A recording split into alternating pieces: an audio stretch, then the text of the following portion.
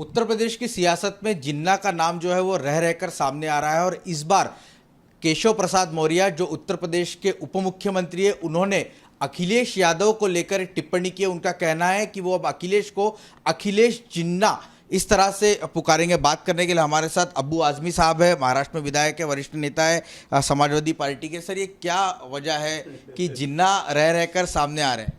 देखिए, ये सिर्फ और सिर्फ पोलराइजेशन करने के लिए इस सरकार के पास कोई इशू बचा नहीं है। उत्तर प्रदेश की जनता में हाहाकार मचा हुआ है। अखिलेश जी को बिना बुलाए हुए लोग, इतने लोग आ रहे हैं, इतने लोग आ रहे हैं कि आप गिन नहीं सकते हो। 1 रुपया नहीं दिया जा रहा है। अभी बौखलाए हुए हैं ये। अब ये इनका काम सिर्फ पोलराइजेशन का, जिससे अंग्रेजों ने किया था ना कि डिवाइड एंड रूल, ये समाज को डिवाइड करना चाहते हैं। देखिए, जिन्ना के नाम लेने से अखिलेश जी के कोई मुसलमान वोट देने वाला नहीं है। और ये समझते हैं यहाँ का मुसलमान जिन्ना से नाराज़ है, और ये समझते हैं कि जिन्ना का नाम लिया, जो बीजेपी वाले कहते हैं इससे अखिलेश जी को वोट बढ़ेगा। अखिलेश जी ने इसलिए नाम लिया ही नहीं है। अखिलेश जी ने तो भारतवर्ष की हिस्ट्री बताया कि आज़ादी के पहले ये नेता एक साथ एजुकेशन लेते थे और इन्होंने आज़ादी की लड़ाई लड़ी। जब संपूर्ण भारतवर्ष था, मैं उन आरएसएस वाले से पूछता हूँ कि संपूर्ण भारतवर्ष था, जब डिवाइडेशन की कोई बात नहीं थी, उस वक्त जो लोग लड़ाई लड़ रहे थे उनका नाम ना कौन सा गुना है। और जब अडवाणी जी जाते हैं विभाजन के बाद, उस जिन्ना ने जिसने भारतवर्ष को विभाजित किया, जिसको यहाँ के लोग जिन्ना को पसंद नहीं करते, मुसलमान खास तौर से उनको उनके साथ नहीं, उनकी निंदा करते हैं, ऐसे जिन्ना के पास जाकर उनकी कब्र पे, मज़ार पे जाकर फूल चढ़ाया और कहा मोस्ट सेकुलर मैन। तो बीजेपी वाले चुप रहते हैं, मीडिया वाले कुछ नहीं बोलते हैं। यशवंत सिंह ने जब किताब लिखा जिन्ना जी के ऊपर, तो आप कुछ नहीं कहते हो। जब पाकिस्तान से नवाज शरीफ को बुलाया जाता है यहाँ पर, जिनके मुल्क से हमारे मुल्क में हमेशा आतंकवाद बढ़ता है, जो न्यूज़ में बताया जाता है, कोई कुछ नहीं कहता है। बगैर बोले हुए अफगानिस्तान से चले गए नवाज शरीफ साहब के फंक्शन में, बिना देश को बचाए हुए, कोई कुछ नहीं कहता है। अब इनको बेचारे बौखलाए हुए हैं। इनको मंदिर, मस्जिद, जीना, मुसलमान और हिंदू ये करके जीना चाहे। मैं समझता हूँ कि ये सब बेकार हो जाएगा, कुछ नहीं चलेगा। आप जितना चाहो कर लो, मंदिर मस्जिद का मुद्दा पर्सनल लोगों का है, लोगों का पेट उससे भरने वाला नहीं है। आप जितना मुस्लिम नाम नज़र आता है आपको, उन सब नामों को आप चेंज कर दो, उससे क्या किसी को पेट भरेगा? और उन नाम के चेंज करने से कितना बड़ा इकोनॉमिकल नुकसान होता है, ये जनता को मालूम होना चाहिए। मैंने कहा कि पुराने शहरों के नाम बदलने से क्या होगा? योगी जी, नया कोई शहर बसाओ तो कोई बात बने। ये सारी चीज़ें सिर्फ और सिर्फ घबराए हुए परेशान लोग, जिनके पास कोई इशू नहीं है, वो लाकर पोलराइज करना चाहते हैं, और कोई इशू नहीं है। सर, इसके पहले भी केशव प्रसाद मौर्य ने बयान दिया था कि खासतौर से अयोध्या में मंदिर बन रहा है, काशी में अब मंदिर का रास्ता साफ हो गया, अब बारी जो है वो मथुरा की है। ये जो बयान लगातार सामने निकल कर आ रहे हैं, क्या आपको लगता है कि पश्चिमी उत्तर प्रदेश में ज़मीन जो है वो बीजेपी खिसकती जा रही है, इसलिए क्या इस तरह के बयान दिए जा रहे हैं? मैं सलूट करता हूँ पश्चिमी उत्तर प्रदेश के किसानों को, जाटों को, मुसलमानों को। पिछले इलेक्शन में जब 2017 में हुआ था, उस वक्त वहाँ फसाद हो गए। उसके पहले 2013-14 में सरकार थी हमारी, बहुत भयानक हुआ था, और हिंदू, जाट, मुसलमान सब अलग हो गए थे और हमारे खिलाफ खड़े हो गए थे। तो इनकी सीटें चुन के आ गई थी वहाँ पे। लेकिन अब की बार वहाँ पर 700 किसानों ने जो है शहादत दिया है। 11 महीने तक किसान बैठे रहे, इनको आतंकवादी कहा गया। इनको मदद करने के बजाय इनको दिल्ली ना आने पाए आतंकवादी लोग। सैकड़ों करोड़ रुपया खर्च किया गया सिक्योरिटी पे कि दिल्ली ना पहुँचने पाए। अब ये समझते हैं कि हमें वोट मिल जाएगा। अब वो जाट और मुसलमान जो अलग हो गए थे, उन्होंने मंच पर आकर कहा, मुसलमान ने कहा हर हर महादेव और हिंदू ने कहा नारे तकबीर अल्लाह अकबर। जुड़ गए, मिल गए, और इन्होंने कहा अब की बार हम बीजेपी का हुक्का पानी अपने एरिया से बंद कर देंगे, इनको अब यहाँ पर घुसने नहीं देंगे। तो घबरा गए ना ये लोग इस तरह की बातें ला रहे हैं।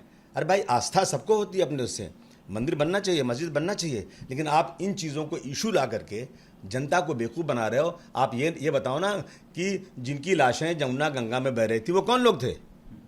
वो आप ही के लोग तो थे। वो लोग जिनको ऑक्सीजन नहीं मिला, जिनको अस्पतालों में जगह नहीं मिली, दवाएं नहीं मिली, जिनको एम्बुलेंस नहीं मिली, लोग साइकिल पर अपने मरीज़ को ले जा रहे हैं, अपने मुर्दे को साइकिल पर ले जा रहे हैं। इनके पैर से ज़मीन खिसक चुकी है, और अब समाजवादी पार्टी की लहर चल रही है। ये लोग इस तरह के इश्यूज़ रोज़ाना लाएंगे, झूठ मूठ कहेंगे कि ये हिंदू को मुसलमान बना रहा है और ये कर रहा है, यहाँ आतंकवादी में पकड़ा जा रहा है, जितना चाहे पकड़ लें ये लोग।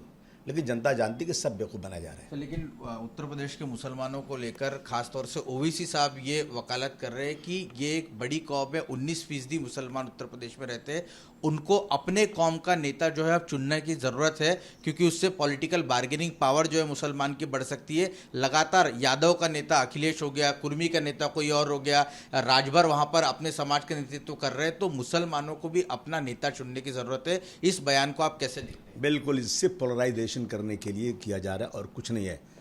अखिलेश यादव जी नहीं मुसलमान है, लेकिन अखिलेश यादव ने जब शमशान बनाया ना, यूपी में बहुत जगह शमशान के लिए फंड दिया ना, तो कब्रिस्तान के लिए भी दिया।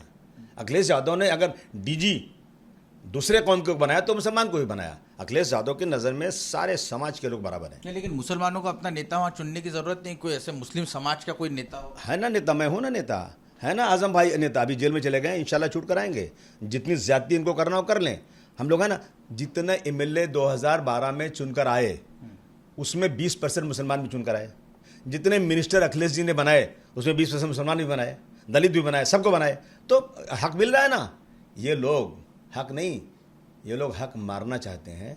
और ये लोग जानते हैं कि बीजेपी को मुसलमान और सेकुलर लोग कभी वोट नहीं देंगे, तो इनका वोट नहीं मिलेगा बीजेपी को, तो बंटवा दो वोट को, इस वोट की हैसियत तो खत्म कर दो। इसलिए लोग आए हैं, बंटवाना चाहते हैं। और मैं समझता हूं कि अब यूपी के लोग बहुत होशियार हैं, कोई वोट बांटेंगे नहीं। ये पहले भी आ चुके हैं, लड़ चुके हैं, कुछ सीट नहीं मिली इनको। एमआईएम जैसे आप कह रहे हैं कि वोट बंटवाने की कोशिश कर रही है, ममता बनर्जी कुछ दिनों पहले मुंबई आई थी, यूपीए में कांग्रेस को वो अपने साथ नहीं देख रही, भले एक तीसरा मोर्चा बनाने की मोदी के खिलाफ 2024 में तैयारी कर रही है। शिवसेना का कहना है कि बिना कांग्रेस की कल्पना यूपीए की करना ये ठीक नहीं होगा। आप कैसे देखते हो? और चूंकि समाजवादी पार्टी भी यूपीए का हिस्सा नहीं है, तो आपको लगता है कि रीजनल फोर्स को साथ आना चाहिए कांग्रेस को अलग रखकर? नहीं, देखिए ऐसा है ना कि हम चाहते हैं कि मैं अपनी पर्सनल बात कर रहा हूँ, मेरी पार्टी क्या कहती है मुझे नहीं मालूम, लेकिन मेरी जो अकल काम करती है, इस वक्त तमाम पार्टियों को एक साथ मिल करके वो लोग जो इस देश में हमारी गंगा जमुनी तहजीब को बर्बाद कर रहे हैं, जो सिर्फ़ और सिर्फ हिंदू मुस्लिम इशू ला करके महंगाई बढ़ गई, आतंकवाद बढ़ गया, अस्पतालों में दवाएं नहीं हैं, नौकरियां नहीं मिल रही हैं, 45 सालों में सबसे ज़्यादा नौकरी घटी है। और इन ऐसे में हम कांग्रेस, एनसीपी, समाजवादी, कांग्रेस करें, ये ठीक नहीं है। सबको इकट्ठा आना चाहिए और जिसकी सीटें सबसे ज़्यादा आएँ उसको लीडर चुन लेना चाहिए। बहुत ही महत्वपूर्ण बात यहाँ पर अबू आजमी साहब ने कही है। मोदी को हराने के लिए सभी जो लाइट माइंडेड पार्टी है उनको साथ आना चाहिए, और उसका नेतृत्व कौन करेगा ये उस बात से तय हो कि जिसकी सीटें सबसे ज़्यादा आए वो उसका नेतृत्व करे। लेकिन मुख्य तौर पर उत्तर प्रदेश की सियासत को लेकर भी काफ़ी बड़ी टिप्पणी की है। बीजेपी चुनाव हारती हुई दिख रही है, इसी वजह से हिंदू मुस्लिम का मुद्दा जो है वो पोलराइज करने के लिए सामने लाया जा रहा है। कैमरा पर्सन उत्तम के साथ रौनक कुकड़े, एबीपी न्यूज़, मुंबई।